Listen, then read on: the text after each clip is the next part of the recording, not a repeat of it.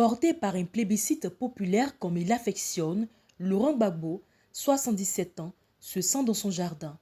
C'est dans des circonstances similaires qu'en 90, 2000 et 2010, il reçoit l'onction de ses turiféraires pour se lancer à l'assaut du fauteuil présidentiel. Ce vendredi 10 mai, dans une salle du Palais des Congrès de l'Hôtel Ivoire, où il est quasiment déifié par des milliers de militants et sympathisants du Parti des peuples africains Côte d'Ivoire PPACI, l'ancien chef d'État se présente en conquérant. Ces quelques années passées à la prison de Scheveningen aux Pays-Bas, où il a été jugé par la Cour pénale internationale pour de présumés crimes de guerre et crimes contre l'humanité, n'auront visiblement rien entaché à sa détermination de se réinstaller au pouvoir. Bien qu'étant techniquement inéligible du fait de son absence de la liste électorale, le prédécesseur d'Alassane Ouattara a tout de même été investi candidat de son parti pour la présidentielle de 2025 au cours d'une cérémonie beaucoup plus festive qu'électoraliste.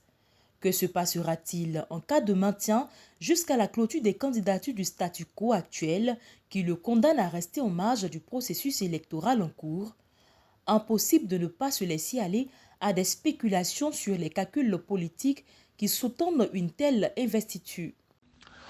De mon point de vue, je pense que le président Laurent Gbagbo a manqué là une belle occasion de permettre à la nouvelle génération d'hommes politiques en Côte d'Ivoire, partisans de ce grand homme d'État, d'aller vivre l'expérience d'une élection présidentielle.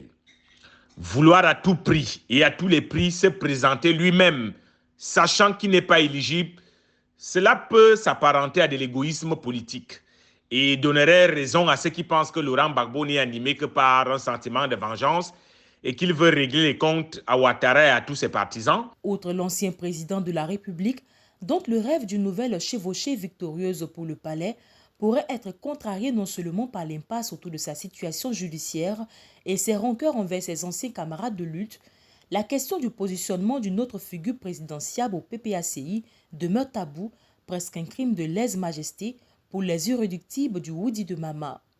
Je pense qu'à un moment, il faut vraiment que nos dirigeants, surtout ceux qui ont été aux affaires, apprennent à quitter les choses.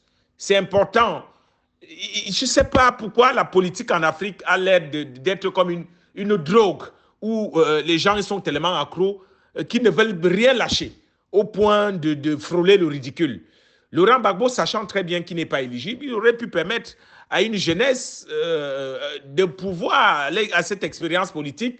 Et lui, derrière, le sage, l'expérimenté, tenant la main d'un dauphin et l'emmenant au sommet de l'État. Quel honneur pour lui! Toute marche arrière étant devenue impossible pour la dernière née des formations de gauche sur l'échiquier politique ivoirien, la gestion de cette candidature désormais confirmée s'annonce comme un labyrinthe de schémas inextricables à contourner pour le PPACI.